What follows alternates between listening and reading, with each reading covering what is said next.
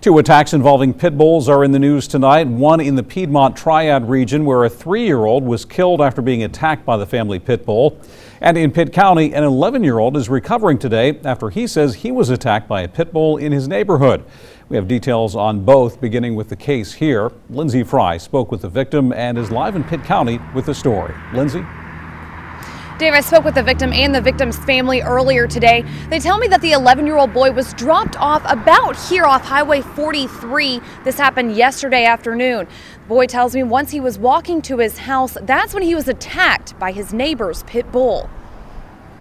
11-year-old Taekwon artist replays what he calls a terrifying moment when he says he was attacked by a pit bull. Usually the dog is like tied up to that tree right there, right beside the blue one, and like it just like ran under there, like right to that little cliff right there, and it jumped like right there in the ditch, and then like just ran up. This is where artist says the attack happened Monday afternoon while he was walking home a few blocks away from where his school bus dropped him off.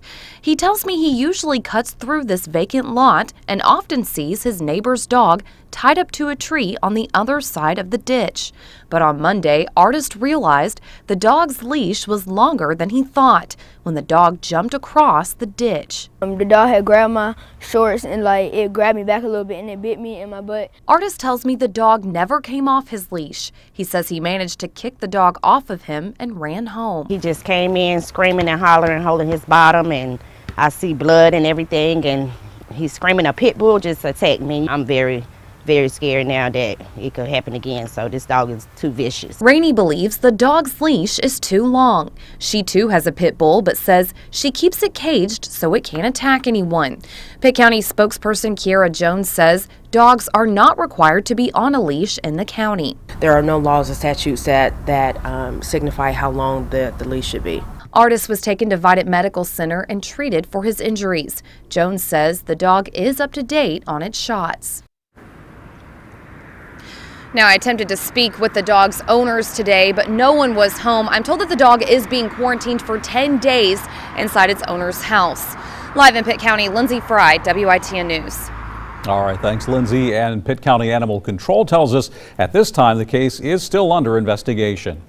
The family of a young child is grieving after their 3-year-old was mauled by their dog. A family member drove the 3-year-old to High Point Regional Hospital after a pit bull terrier attacked the child. The incident happened at a home in High Point just after 5 o'clock Monday evening. Police say the toddler's death appears to be an accident. The family dog is currently quarantined at the Guilford County Animal Shelter for the next 10 days. No word yet if the dog will be put down because of the nature of the attack. And here's what some of you are saying about these stories on WITN.com and our Facebook page. Beth Garvey said, quote, "I have 3 pits and none of mine have hurt any of my kids. I also have a 3-year-old who drags them around and lays on them. Don't understand why it's always about a pit, because if you raise them right, they won't hurt you," unquote. Valerie Hedenland wrote, quote, "Any breed can bite, although I personally have been bit by a pit for no reason. My friend as well. I don't trust them," unquote. And you can let us know what you think by heading to WITN.com and our Facebook page.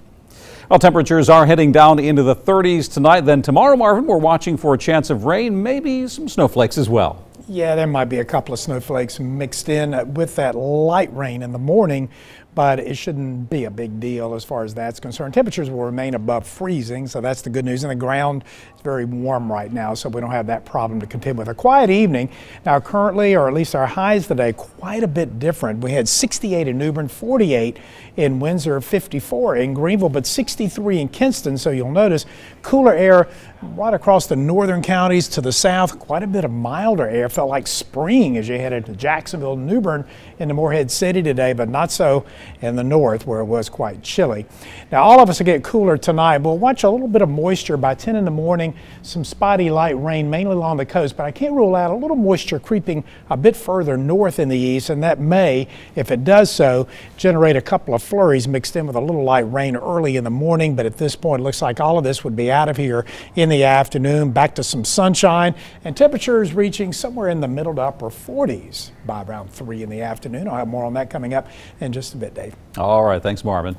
The Department of Defense has laid out its latest cost-cutting plan. On Monday, Defense Secretary Chuck Hagel announced plans for widespread cuts to the military, with the biggest force reduction coming from the Army. But that doesn't mean the Marine Corps community here in the East isn't feeling the pinch. Clayton Bauman is live from outside Camp Lejeune with the story. Clayton? Dave, the changes that really have folks talking are those surrounding health care and their effects on active duty as well as retired Marines. Plus, when it comes to commissaries, folks could see price increases there. And then there's always the question surrounding the effects of sequestration.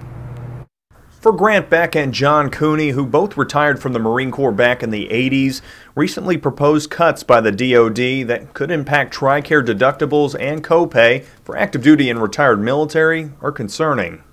I think a lot of the retirees, especially those that are not eligible for Medicare yet or TRICARE for life, it's really going to hit them hard.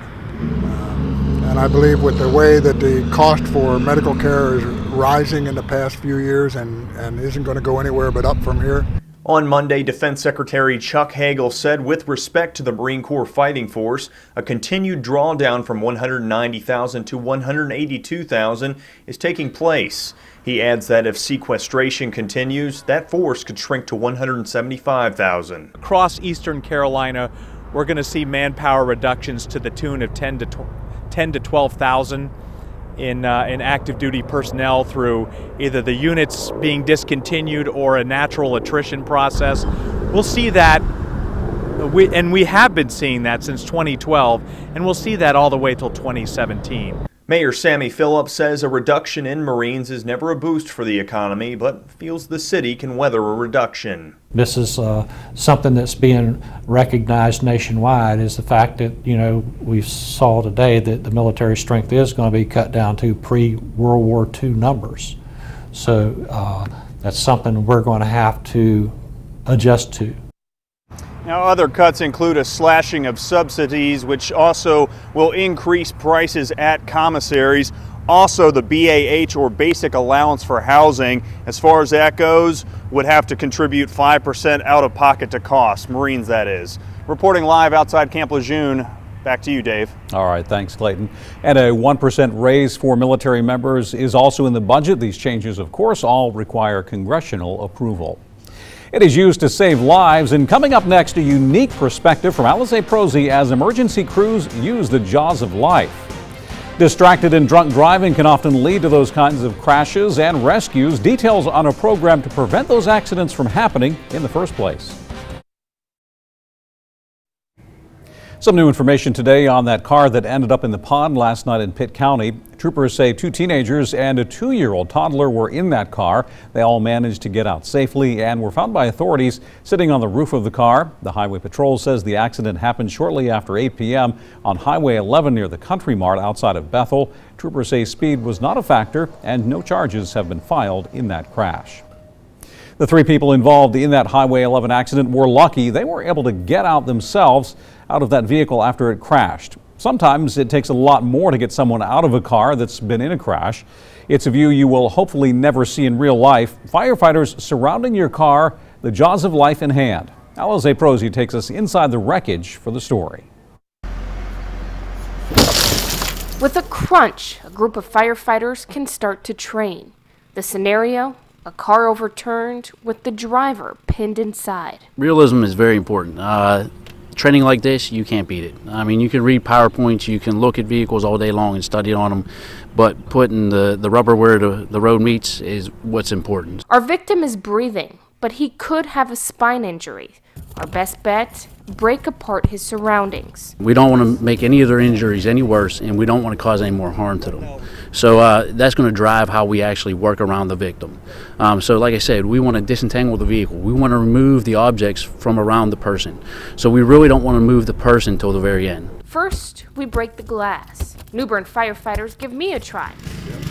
Bad aim. Or 3. Bad aim. Got it. Luckily for this victim, he's just a dummy. Now's my cue to crawl inside the car and take the role of a backseat passenger. pretty extreme. You got working with a lot of heavy equipment, a lot of heavy tools. You definitely got to be careful. When you're actually sitting on the inside of this car as the firefighters are working around you, it is actually very scary. You hear all this loud popping and snapping and you're not exactly sure what's going on, but everything they are doing is to keep you safe. And we try to explain to the patient every step that we're doing, that way that they're not afraid or not scared of the action that's going on outside. The things that we're doing, it is loud, a lot of chaos going on, so we just try to comfort them the best we can. Next, firefighters rip apart metal to remove the roof. See how close that is to the patient's head? Sometimes it has to be that way. Firefighters work with cutters to clear it. Yeah, it usually cuts through just about anything we need to. And then use the jaws of life to pry off the doors.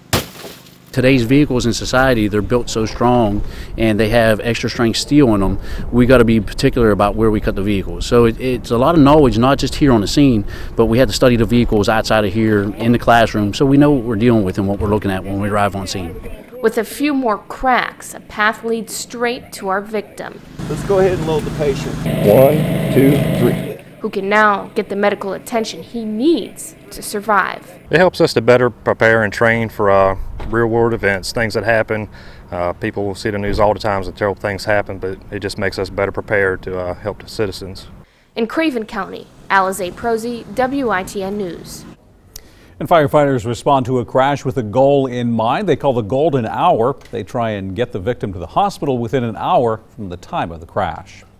A national awareness program focusing on preventing distracted and impaired driving stopped by our area today to help save lives. Save a Life Tours brought multi-million-dollar simulators to Pitt Community College for students to experience what it's like driving while impaired and distracted. The drunk driving simulator delays the responses of the driver, while the texting and driving simulator sends texts that have to be answered while obeying the rules of the road. And to add to the distractions, a worker stood by the driver talking and asking them questions to simulate having a friend in the passenger seat. Students say they believe these events can have an impact on lives. I think our highway patrol officers would applaud this event. We're trying to save lives, and we want to do things that impact the students. We can have meetings and put out information, but we really would like to be a difference and be effective in what we're doing. And the coordinator said that everyone who attempts the simulator fails the test, saying no one passes in life while driving drunk or distracted. And onto our weather now tonight. Marvin, cold tonight, and we're looking at that rain, possibly a little bit of snow flurries tomorrow. It's a possibility. We can't rule it out late tonight or early in the morning about school time. But certainly temperatures will be above freezing, so we're not expecting any problems there. Otherwise, a kind of a chilly time ahead for us in eastern Carolina. Today, well, it depended on where you were. The northern counties were quite chilly. The south, spring-like. 54 degrees today at the WITN 7 weather station, 32 and even freezing for the overnight low. No rainfall today, and our sunrise 6:41 in the morning. Coming up next, your Weather Authority forecast.